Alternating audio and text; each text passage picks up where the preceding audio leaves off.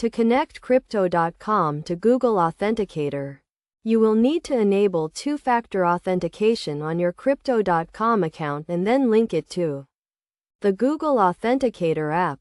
Start by logging into your Crypto.com account and navigating to the security settings. In the security settings, find the two-factor authentication option and select it. You will be given the choice to set up two-factor authentication using either an Authenticator app or SMS. Choose the Authenticator app option. You will then be presented with a QR code that you need to scan using the Google Authenticator app. If you do not have the Google Authenticator app, you can download it from the App Store on your device. Once you have the Google Authenticator app, open it and select the option to add a new account. Choose the Scan QR code option and point your device's camera at the QR code displayed on the Crypto.com website.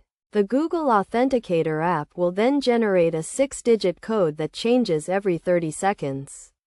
You will need to enter this code into the Crypto.com website to complete the setup process.